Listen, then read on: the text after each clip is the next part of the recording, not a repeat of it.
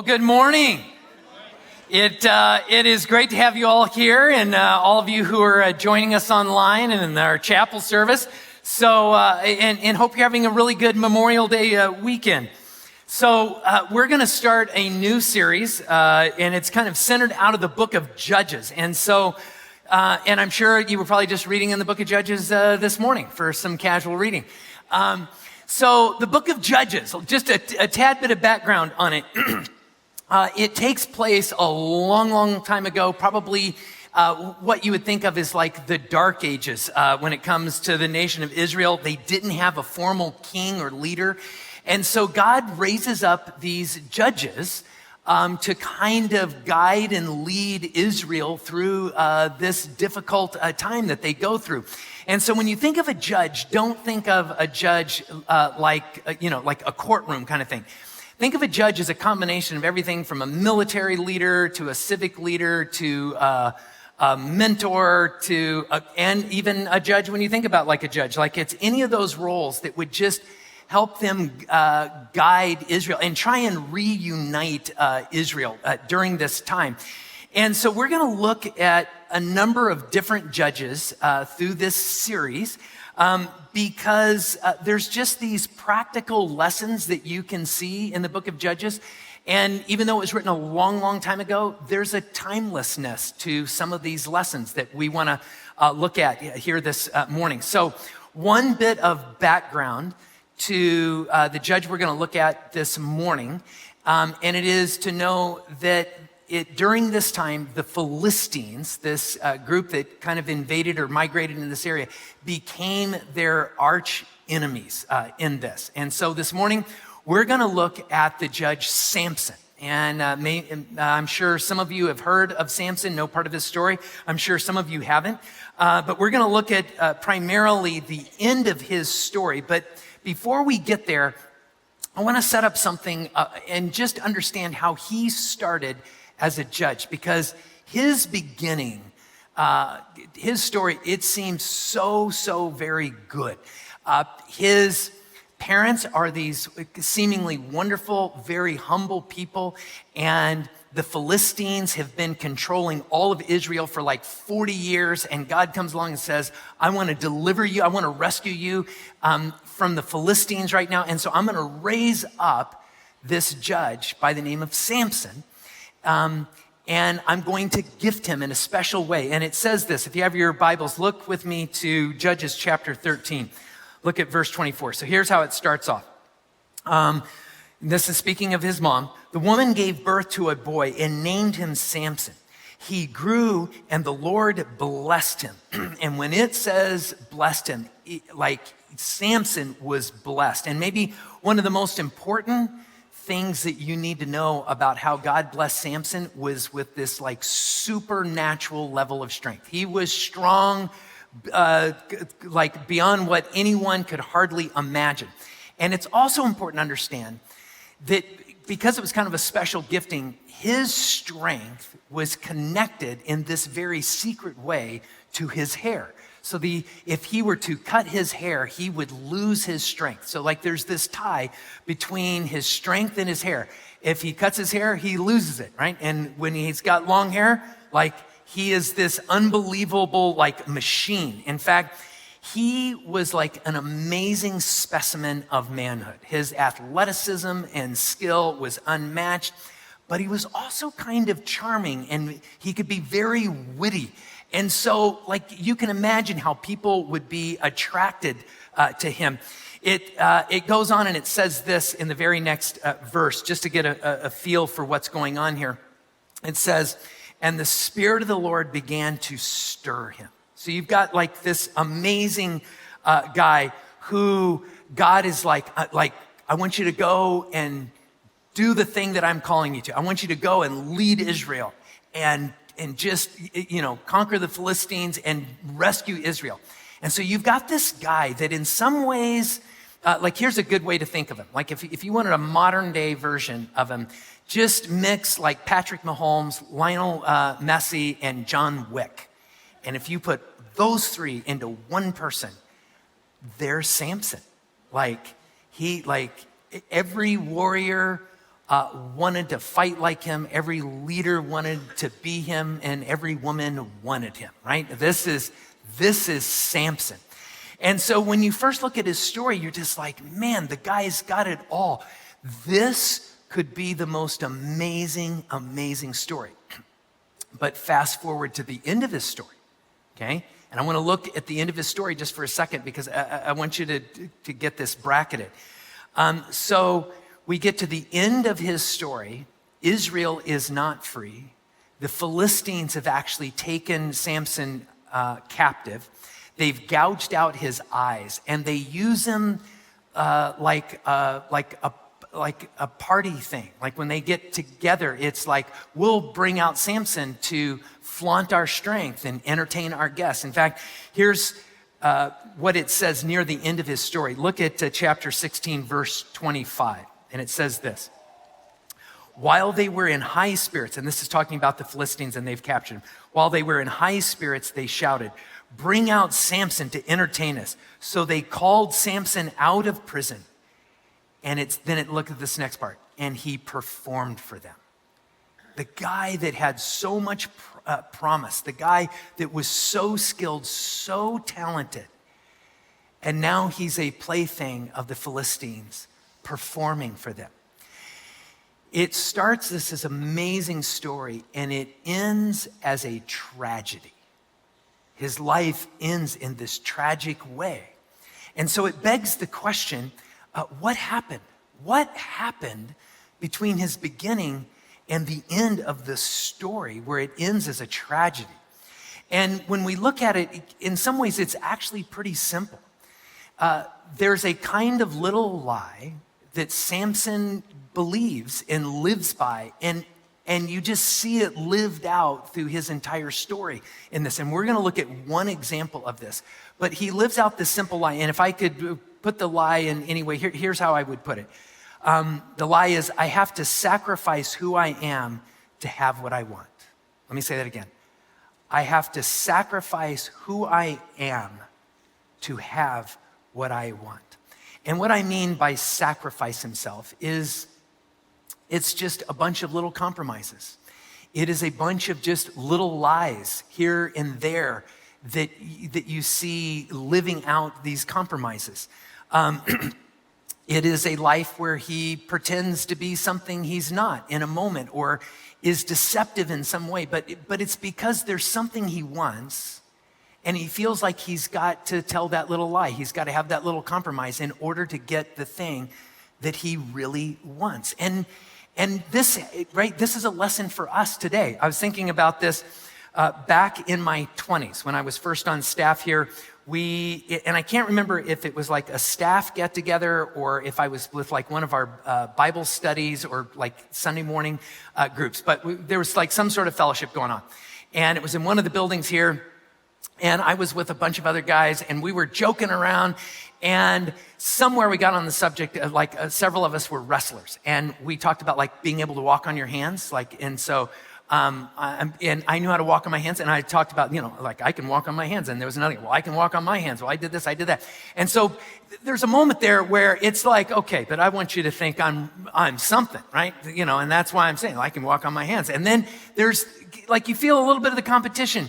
Or you feel like, well, I want to be esteemed in this moment. And there's nothing wrong with like saying, I would love to be esteemed by other people. I would love them to think good of me or be impressed, or like there's nothing wrong with that. But what happens when you get into a situation and it's like, okay, but maybe I need a little bit more of that, right? And so we were talking about what we could do and couldn't do or whatever. And I remember there was some moment in there where I was like, well, I could walk on my hands, and, we'd walk this across the room, and I was like, well, I could walk on my hands on a table.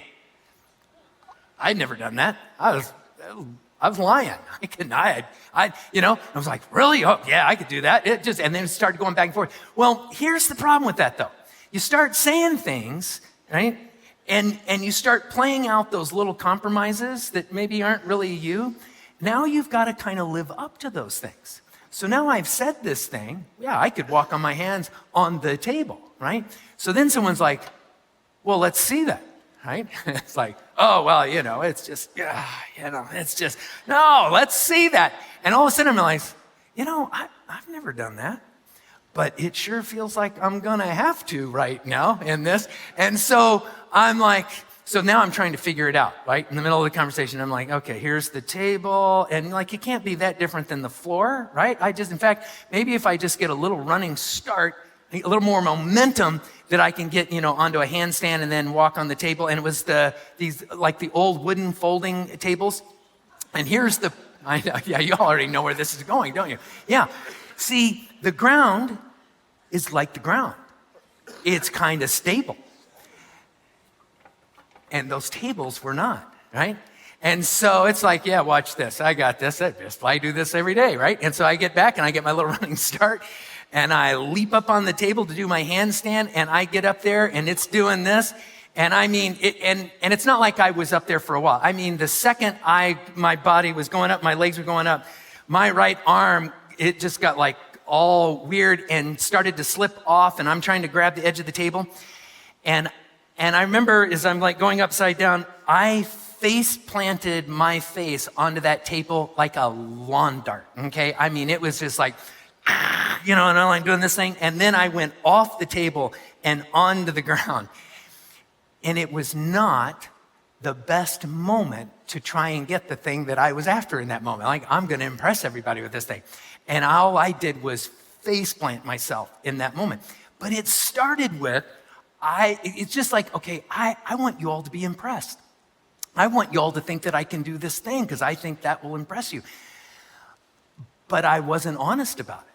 And it was a tiny little compromise, a tiny little lie, because I was trying to get something I wanted. But it ended, right, in a tragedy of me face planting my face into the table and then onto the ground in there. And this is the sort of thing that I think you see with Samson. Ever been in a conversation with someone and you're talking and all of a sudden they're like, hey, have you seen the movie such and such, right? And in that moment you're like, oh, I want to have this conversation. I want them to think I've seen this movie too. Or maybe there's another person there and you're like, I want to be a part of this. And you haven't seen the movie. And then you open your mouth and what happens? Oh yeah, I've seen that movie, right? And it's like, why did you do that? Why would I do that?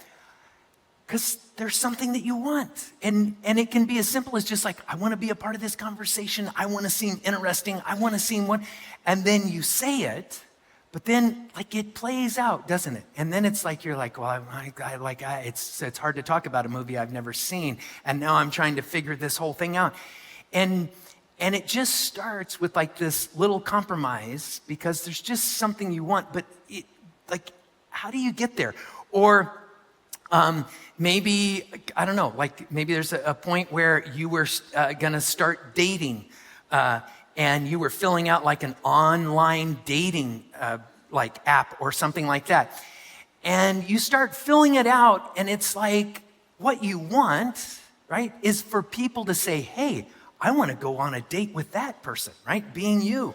And so you start filling out things that maybe are a little bit of a compromise. Like, it's just like, I love hiking and it's wonderful and building a personal library and studying physics, and classical music. And it's like, no, like you hate hiking, right? There's like no part of you that likes hiking, but you're just like, but I bet people would like to date people that like to go hiking all the time, right? And you're like, I love to just lay on the couch, right? That's great. It's like what happened in that moment, right? There's just something that you want, but somewhere there's like a little compromise that's like a little lie. But then someone says, hey, let's go on a date. And what happens when you go on the date? Well, now you feel a little trapped to be the person that you were trying to shape, right, of who you were, even though that wasn't the real you. Or filling out a resume, right? There's a job that you want and you're interviewing for that job. And as you fill out the resume, like it's just the little lies that stretch it a little bit because you want to get the job, right? And you interview for it. And all of a sudden now they're asking you questions about the thing. And it's like, oh yeah. My favorite interview, it's not really my favorite interview, it's a lie. It's my favorite interview question to talk about as a sermon illustration. And it's this. And I'm like, how many of you ever on any resume or interview have ever been asked the question, like, what's your biggest weakness, right? Yeah, we fill that out. And when you look at those, right, overwhelmingly, we as Americans, like we love, like the thing that most often gets said there are things like this, like, I work too hard. Biggest flaw, last job, dude, you're working too hard, right? No one says, the truth is, I am just amazingly lazy. That's my biggest flaw, right? Put me on a couch with a remote and I can just knock off whole Netflix series. Like I just not even get out of that couch. It's amazing, right? We don't say that, right? Because there's something we want and we feel like in order to get the thing that I want, maybe there's this thing that I need to say or do or portray myself in a certain way. Maybe there's something that you feel like I can't be fully honest and have the acceptance or the friendship or whatever it is out there. Maybe for some of you, it's like, man, even with your own parents, you might say, if I was fully honest with my parents, there's a part of me in the back of my mind that would wonder, would they still love me? Or would I be rejected for some reason? And so it's this little lie, I have to sacrifice who I am to have what I want. And when we look at Samson as a person, you know what he wants? He wants to be a great leader. He wants to be esteemed by people. He wants to free his people. He wants them to be out from underneath the control of the Philistines. He wants to be married. He wants to have a wife that he loves and that loves him. He wants to have friends that he can be real with and honest with and enjoy time with them. In some ways, he's very similar to us. But there is a pattern that we get to see through Samson's life. And if I were to simplify this pattern down as it kind of fits in this, you see this over and over in his life. He sees something, he wants it, and he gets it, even if it means sacrificing something of himself. Over and over again, he sees something, he wants it, he gets it, even if it means that he sacrifices something. And there's one particular example of this that I want to look at, one story in Samson's story where you see this become really clear. And it's in the story of Samson and Delilah, right? And maybe not all of you have heard this story, but it's a fairly well-known story in the Bible, this story about Samson and Delilah. And here's how it begins. If you have your Bibles, look with me in chapter 16, starting in verse 4. It says this, sometime later, he fell in love with a woman in the valley of Sorek, whose name was Delilah. Now, the narrator does something really skillful here in this moment. This is the first time in this entire story that Samson loves, I think anything, for sure, another person. And he has been married before. He has had women, right? He is, he's the guy everyone wants to be, like he's had the good life. And yet, this is the first time there's a woman now that he loves. He wants her. He wants like her to become his wife. But the narrator very skillfully leaves out the counterpart to this. You know what the narrator doesn't say? And Delilah loved him. And I promise you that tension is flowing in this relationship is there, right?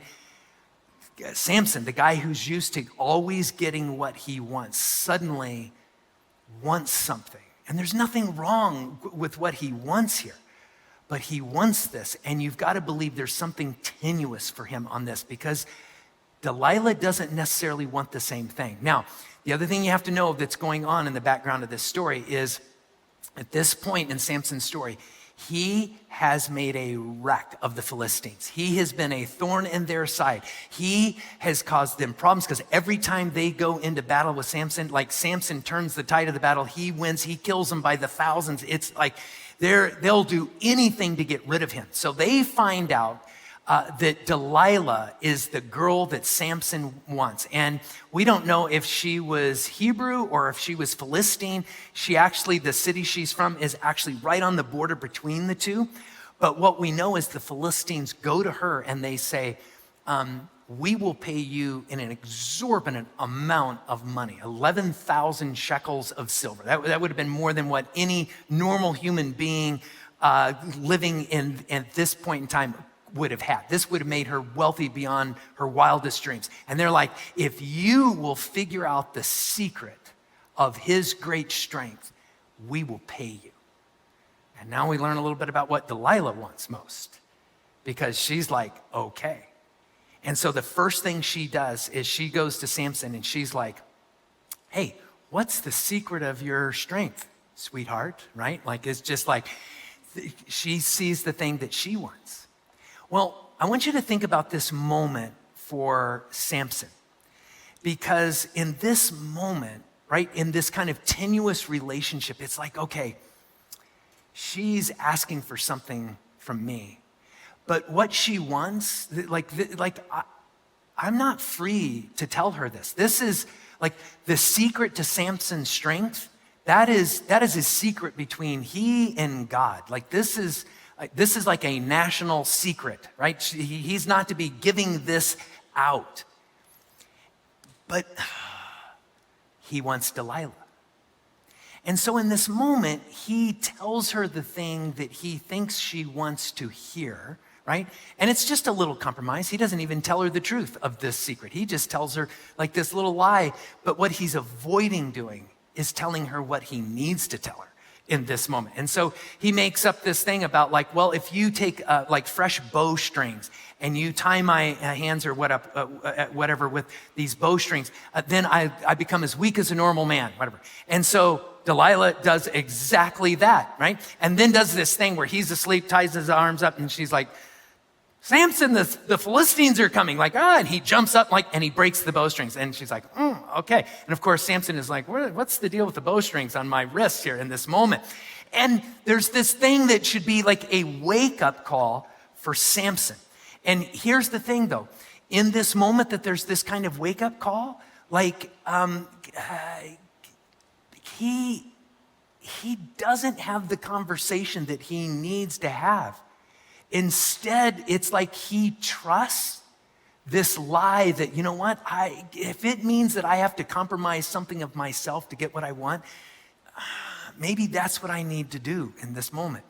And the thing that I would say to you is don't trust that lie. And in the story, in this first instance, it seems harmless. It really does. It just seems like such a little thing. But the truth is, it's like this little compromise that starts him down a path that begins to build other things. And so like there's this first moment where he just takes this like little bitty compromise and it's like, okay, I can do this because I want Delilah. And there's nothing wrong with wanting Delilah. But when he starts to compromise himself to get her, that's where it starts to unfold in this moment. So she comes back and she asks again. She's like, okay, you got to tell me what is the secret to your strength, right? You treated me like a fool, like you lied to me in this moment. And again, Samson has this chance to actually say, you know what? It's kind of funny that you asked me and that I woke up with like bowstrings on my wrist. Maybe we need to talk about why you want to know this. But he doesn't, because again, there's this thing of like, but I want her. And if I have to compromise myself to have her, maybe that's what I'll do in this moment. And it's like he stacks this other compromise on there. Here's what she says to him. This is in chapter 16, verse 10. She says this. Then Delilah said to Samson, You have made a fool of me. You lied to me. Come now, tell me how you can be tied. And so Samson in that moment, he actually tells her. Like, he doesn't tell her the truth, but what he does is he stacks another little lie on. He says, well, if you tied my hands with fresh rope, that's the thing that would actually do it. And as he begins stacking these little compromises on little compromises, you feel kind of what's happening here, because here's what happens with us, just with human behavior. You've already compromised, right? And it feels like, well, like I already crossed the line. I already avoided the conversation to tell her, I'm not allowed to tell you this. This is like a national secret. I'm not going to go there. But he's kind of already crossed the line. So like, what's it? I mean, I've already done it. I might as well just tell another little lie on top of that. Like the perfect illustration for this is like you're working on a diet and you're just like, okay, like one bowl of ice cream and it's got to be before 6 o'clock at night or something. And then you're like, well, I'll have one more bowl of ice cream at 7 o'clock, right? And then all of a sudden you're sitting there and you're like, I already broke it. I'm just going to eat the whole tub, right? It's just like, I've already gone part way. And there's this thing that we get in our mind that it's like, you know what? I already compromised here. And it just feels like I've already compromised. Why don't I just go ahead and fully enjoy my compromise? Why don't I just go ahead? And it's like we turn our brains off in that moment. And it's just like, because I've already compromised, I'm just going to keep going with this. And can I just say, like, that's a mistake. That's when we start stacking this stuff up and it becomes an issue. I remember when Angie and I were dating and I went over to her house. And again, like we're just dating. And Melinda, her mom, just sweetest woman ever. And she made curry chicken, okay? And she was all excited about this curry chicken that she made. And and I'm sitting at the dinner table and I'm like, because I want to impress Angie's parents, right? I want Melinda to think well of me because I think that's going to help me in dating her daughter in this thing. And I tried the curry chicken. It was terrible. I didn't like it at all, okay? And I'm eating it. And then Todd and Angie's little brother, Todd and Angie both were just like, so Glenn, how do you like the curry chicken? What's it like? And I'm just like, it's fine. I mean, it's good. Yeah. Oh, really? Like and I just saw Melinda's face light up and I'm just like, it's wonderful, right? And why am I saying this in this moment? Like I could just not, there would be other ways to handle this thing. And then what I didn't realize I was doing was I was signing up for more curry chicken, okay? Because Melinda's like, oh, Glenn loves my curry chicken. And then Angie and Todd loved this. What I didn't know at that time was Angie and both of her siblings, they hated the curry chicken. And they knew exactly what I was doing. And so I would like go over there and they're like, hey, Mom, Glenn's here. Are you staying over for dinner? Maybe you could make the curry chicken right now. And I'm just like, and finally, like there came a moment where I had to become honest with this thing because like it was going down a bad path in this thing. I was talking to someone else and they knew about this and they had something very similar happen with their mother-in-law, but it was over, it was like a chicken casserole or something. And he was like, it went on for 8 years. 8 years. He's like, I ate so much chicken casserole for 8 years. But this is what happens when you start stacking like one little lie on top of another little lie. Like it's just compromise after compromise because like, you have to live up to the thing that you have shaped in this moment. And can I say this? It's never too late to do the honest, best, right, or healthy thing. Because it's like you get over here and you make one little compromise. And it's just like, well, I've already compromised and there's something I want. So I'll make this compromise. But then it's even harder to make that compromise when you get to that point, right? But it gets so easy to just start stacking more and more compromises, one on top of the other. And here's my challenge. Risk a little pain now to avoid a lot of pain down there. And it's kind of like we get into this spot, right? And then we do another little compromise and we get, and now you feel the pressure because now I have to live up to it, right? I put that thing on my resume and I got the job. And now they expect me to know that stuff I put on my resume, right? Now they're calling me and I'm trying to figure out how to do this stuff and I don't really know how to do it. Now I'm the go-to guy and it's just like, what? And it feels like, man, if only I would have done something back there, that was the time to do it. But now it's too late. And then you stack another little compromise on it. And then you think, oh man, if only I would have done something right there, because now it's too late. And the pain gets greater and greater as you go along. I promise you, wherever you are in that, risk the pain now so that you don't keep compromising yourself to the point that your story ends in a kind of tragedy further down, right? This is one of the great lessons that we see out of Samson. And so Samson goes on, and Delilah asks him again. In fact, she says this, look at verse 13. Delilah then said to Samson, all this time you have been making a fool of me and lying to me.